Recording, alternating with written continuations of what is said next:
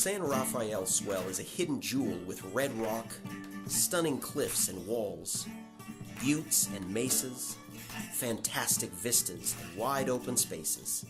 Here, people can experience the beauty that solitude offers, as well as the excitement of leaving the beaten path and following a challenging trail. The Bureau of Land Management, or BLM, manages this vast area. Nestled inside this unique place, waiting to be discovered by new visitors to the swell, are places with names like Hidden Splendor, Copper Globe, Muddy Creek, Tomsic Butte, Little Susan, and Lucky Strike. The BLM's Resource Management Plan designates these abandoned mine areas as areas of critical environmental concern and ensures that their history is preserved. The crumbling remains of mines on the swell tell a story. They are a piece of our history, a link to the past. President Abraham Lincoln called Utah the treasure house of the nation because of its rich endowment of mineral resources. Mining these resources created the wealth that built Utah. Hearst, Kearns, Eccles, Walker, these are the families who made their fortunes from mining and built the backbone of Utah. The roads, buildings, banks, and stores, and schools. The San Rafael Swell had a unique endowment, uranium, giving it a special place in Utah history. Starting in the 1890s with Madame Curie up until the present, uranium is a commodity desired for many purposes, from scientific and medical research, to powerful bombs, to fueling power plants. Listening to the miners tell their stories gives a fascinating glimpse into a world far removed from what we experience today. This video was made to memorialize and document the hardy men and women who lived and worked at the mines.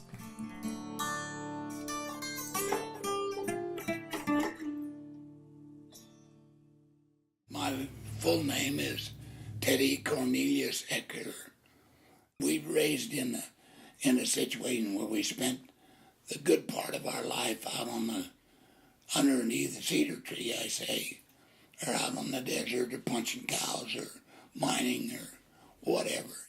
Charles Gibbons in Hanksville, he sold his store to my grandpa Ecker in 1906, and he was involved in the mining and promoting of Temple Mountain.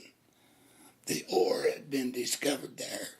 But that's when it first started, and probably because of Madame Curie's seeking more uranium, and it was brought into Green River. Well, it boomed in the 50s and got quite high. I know at one time the mining claims that was going for $100 a claim. And at that time, everybody was talking uranium. That was the biggest thing going on in the United States. People were buying four-wheel drives, which were brand new at the time, and looking at Geiger counters, buying uranium stocks, and it was something everyone talked about. There was a definite decrease, like in the 70s, late 60s, 70s, real decrease in the amount of activity that was in the San Rafael Swell. It's a commodity that is like oil or wheat or soybeans. When they need it, the price goes up, which encourages people to go to mining. Then when they overproduce, the price goes down, which can't make a living at it. So you have to try something else and sit around and wait for the price to go back up again, see? We'd go out and borrowed a Geiger counter, and we'd get along the front of the face of a cliff or something where you could pick up the uranium, and then we would go up on top of the bench and start staking claims. If you went to an ant bed and looked in the ant bed for little pieces of yellow uranium, that indicated that there was probably something down below. So you always look there, and also in the milk veg plant. The milk veg plant was very prevalent in where the uranium was. So that's where you look to. And we would just mine by hand. We had picks and shovels and wheelbarrows and bars and big bars, and then we drill holes by hand drilling the hole. A lot of this work, the mucking in these mole mines was done with wheelbarrows, transporting, and carbide lights. And there was a lot of ventilation coming through them old diggings. You couldn't keep your carbide light going, so every once in a while you'd be in the dark. Temple Mountain has got the mountain, then it's got a flat plateau that runs out on it, and the mines are all underneath there. But up on top, they drilled down, and with a big drill that drilled a 36-inch round hole, and then they lifted the core drill out, and then they built a building or a shaft over the top of it, and they'd lower the miners down the 3 by 3 foot diameter hole, and then they'd start mining out. And them calyx holes were great. They were just like a gun barrel. In fact, you drop that bucket so fast that I believe sometimes it made a hydrostatic pressure. It was so tight that it wouldn't go any faster. You must understand that when that guy went down in the bucket was dropped below where he wanted to make his adit in. So he sat in that bucket with a drill machine and drilled small holes of maybe 3 feet or maybe 2.5 feet into that, and then pull the bucket up, and then explode it, and then it would fall down, and then he'd have to go down and muck it out, see. I was really interested in the mine, and so Jack Baker, who was Pearl Baker's son, and his wife was a good friend of mine, so we went out there one day and decided we wanted to go down in the bucket. Talk about scared. That thing, I can't get these cables to work, and I said I was ready to kill him, but I wouldn't, I have never been so scared in my life. I don't know how people ever work underground. Yeah, actually, it was a pretty safe operation, really. You know, you kind of had to look after yourself, don't do something stupid. How we ever got by, I don't know. The amazing thing was we very seldom ever wore gloves. That was a luxury, a glove. So our hands got just calloused and cracked and sore, bleeding probably most of the time. And just horrific. Hands would be so cracked and sore and bleeding. But you had to do it in order to make a living. You know. Later on, after this got going good, I think there was some families there. But mostly it was just men out there trying to make a living for their family. At Tomsic Butte, there was a schoolhouse at that side, and they did, the few kids that was there, they did have a school for them. So some of them would be out there for months at a time. They would come into Green River for supplies and then go back. The food was hauled in. All you had to do was cook it. And you made a lot of bread, and you made a lot of pies and all that kind of stuff. We had no refrigeration or anything like that, so we had to keep our meats and things in a cooler as best we could. And then we would go to the cabin that night, because the cabin was a little further from the mine. And I'm a pretty good cook. My dad was a good cook, and all my brothers were good cooks. And I cooked for the crew down there for a while. And And then we moved up to Star Springs to another place that was being mined.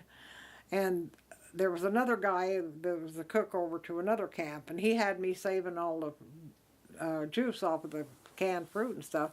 And then he'd make him a burgundy deal, you know, that'd knock your head off, you know.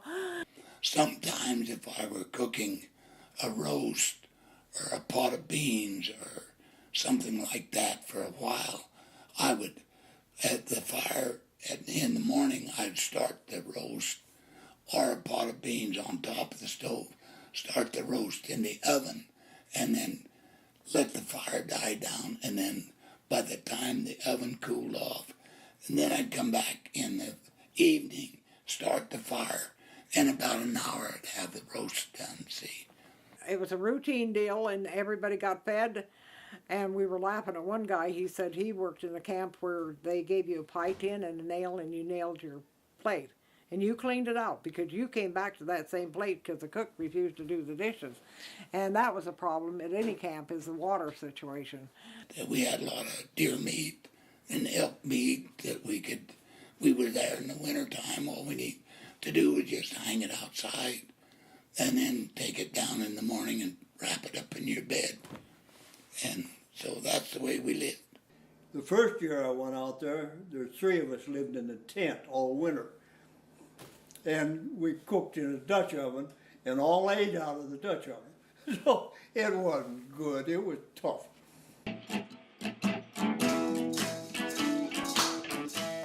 We're standing on one portal here at the Copper Globe mine.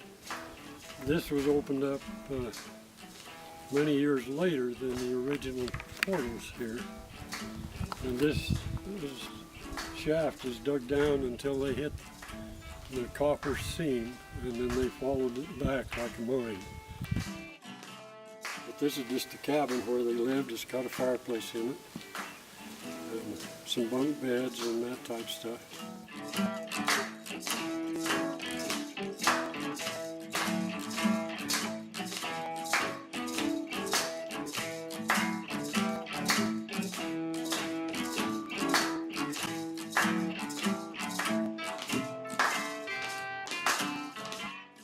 This is a ladder here at Copper Globe. This is a ladder that goes up this ledge. And when you look close, you can see the pick marks for the toe marks. And they would leave the cabin, come here, and walk up this ledge over the other side and jump down onto a barrel. And then they could go to the portals and work.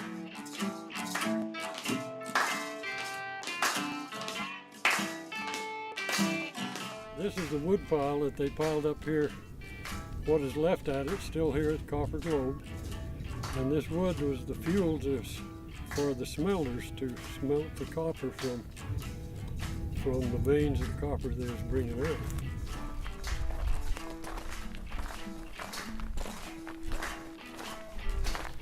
See in the back, the smokestack went out the back, clear back of the smelter.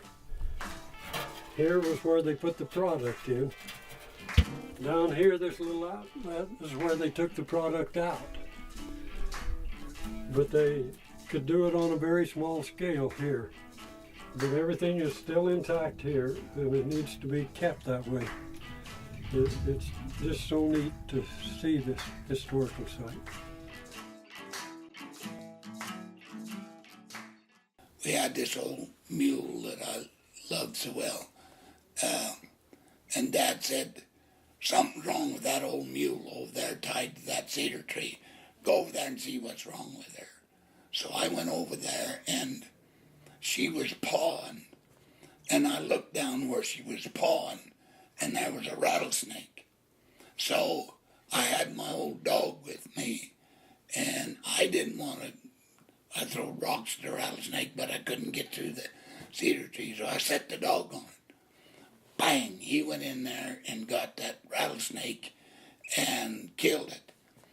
And old Polly, that was the mule's name, was pawing there, and she had pawed up some yellow dirt. I can't believe it. And so I hollered at my dad, come and look, Dad, see what this mule dug up. And sure enough, that turned out to be one of on the best mines that we had there. That old mule had done that.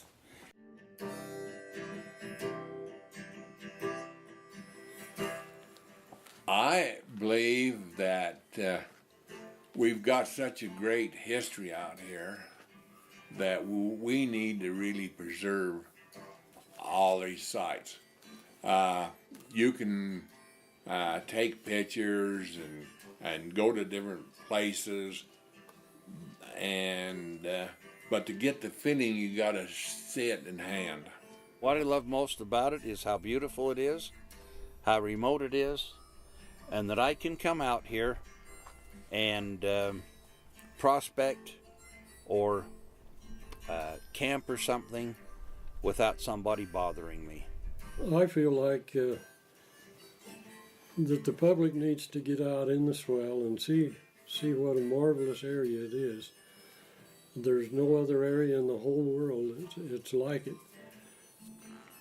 The miners pushed out through the area, built roads and trails and things we still use today.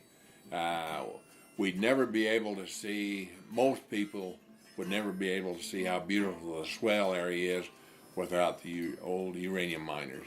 We have to give them credit for opening up the swell and making it what it is today so visitors could go see it and enjoy them.